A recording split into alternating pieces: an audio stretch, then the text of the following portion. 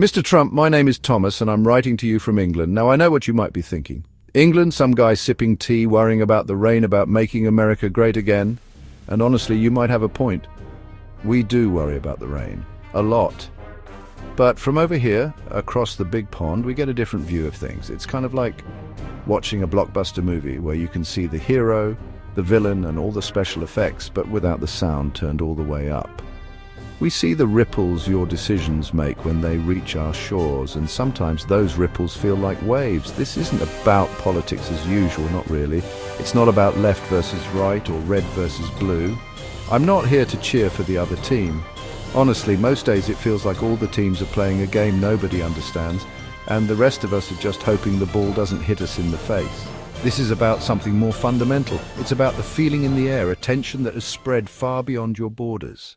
Here in Britain, we know a thing or two about empires. We built one. It's a complicated legacy. It's a story filled with pride and power, but also with pain and exploitation.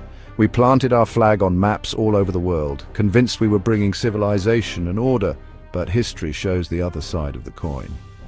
We learned the hard way that building an empire on the backs of others eventually costs you your own soul. The ghosts of those decisions still haunt our halls. When I hear you say America first, or describe an economic fortress, I hear echoes of our past. It's a seductive idea. The thought, look after your own, shut the rest of the world out and prosper. You call tariffs a simple tool, a way to punish bad actors and protect your workers. But it's never that simple. A tariff isn't just a number on a spreadsheet.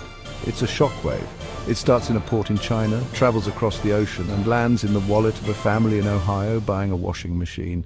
It's a tax everyone ends up paying. We tried something similar. We called it imperial preference.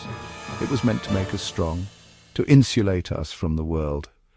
But it bred resentment. It made the world more divided, more suspicious. Be careful. We've seen how this movie ends.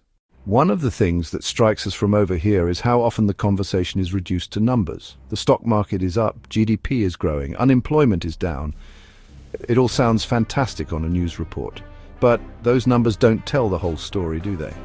They're like the beautiful glossy cover of a book whose pages are filled with struggle and anxiety. A rising stock market doesn't help a parent who lost their health insurance and is now terrified their child will get sick. Low unemployment numbers don't mean much to someone working 2 jobs just to keep the lights on with no time left for their family. We see the human fallout of this division every day, even from thousands of miles away. We see the stories of families ripped apart at the border, of children crying for parents they may never see again. We hear the rhetoric that paints immigrants as invaders, rather than as desperate human beings seeking safety and a better life. A story that is, by the way, the very foundation of your own country. These aren't political pawns in a game of chess, Mr. Trump. They are people.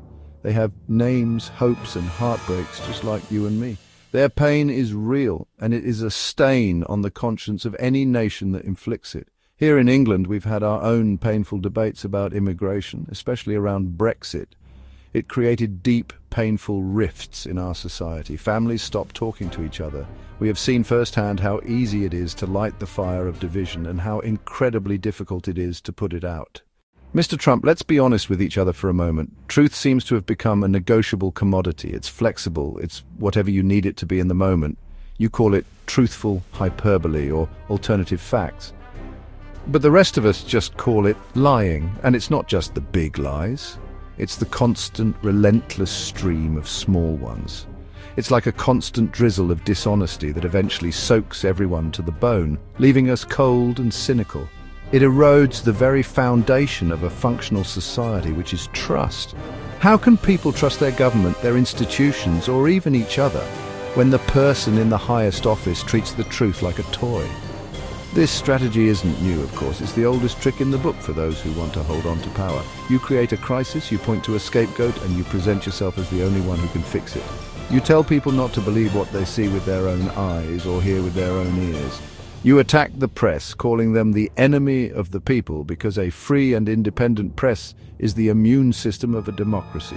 It's the part of the body that finds the sickness and exposes it to the light. By trying to destroy it, you are weakening the entire nation from within. The most vulnerable are always the first to suffer in this kind of environment.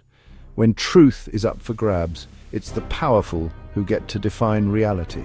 The refugee, the poor family, the minority community. They don't have a cable news network to tell their story. Their truth gets buried under the avalanche of noise and propaganda. You often surround yourself with religious leaders and speak about your faith. You hold up the Bible, presenting yourself as a defender of Christian values. But I have to ask, which parts of that book are you reading? Because the version I know, the one that speaks of a man named Yeshua or Jesus, tells a very different story. It's not a story about building walls, but about welcoming the stranger. It's not about hoarding wealth, but about caring for the poor and the meek.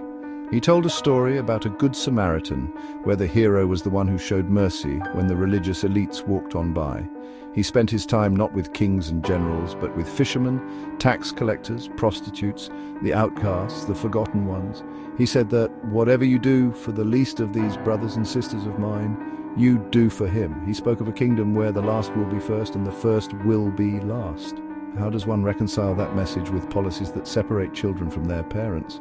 The values you claim to champion, compassion, forgiveness, humility, love, seem to be entirely absent from the way you conduct yourself and your government. True faith isn't a political prop to be waved around at a rally. It's a fire that should burn away your pride and selfishness. This isn't about judging your personal faith. That is between you and your God. But when you use that faith as a shield to justify your actions in the public square, it becomes a matter of public concern. You cannot claim the mantle of Yeshua while actively working against everything he stood for. His was a gospel of radical inclusion, of justice for the oppressed, and of a love so powerful it could overcome death itself. His power was found in sacrifice, not in domination. I humbly suggest that you spend less time with the preachers who flatter you and more time with the words of the man they claim to follow.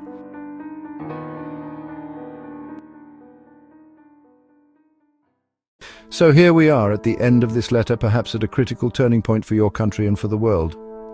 What will your legacy be, Mr. Trump? Will you be remembered as the man who pitted neighbor against neighbor, who sowed chaos and distrust for personal gain? Or is there still time for a different chapter to be written? Is there still a chance for the man to rise above the caricature, to find the empathy that seems to have been locked away for so long? I have to believe there is. I have to believe that deep down every person is capable of change. This is not a political game. It's about the soul of your nation. A country is more than its economy or its military. It's an idea. A country is more than its economy or its military. It's an idea. You can choose to build bridges instead of walls. You can choose to appeal to people's better angels instead of their darkest fears. My plea to you is simple. Find the truth. Not your truth, not alternative truth, real truth, solid truth, sometimes difficult truth of our shared humanity. Recognize the dignity in every single person, regardless of where they were born, the color of their skin, or how much money they have. Understand that real strength is not found in bullying or bluster, but in compassion and humility. A leader who cannot feel the pain of his people is not a leader at all. He is just a man in a big house, rattling around by himself. From my small corner of England, I will be watching and I will be hoping. Please, for the sake of your own people and for the rest of us, choose well.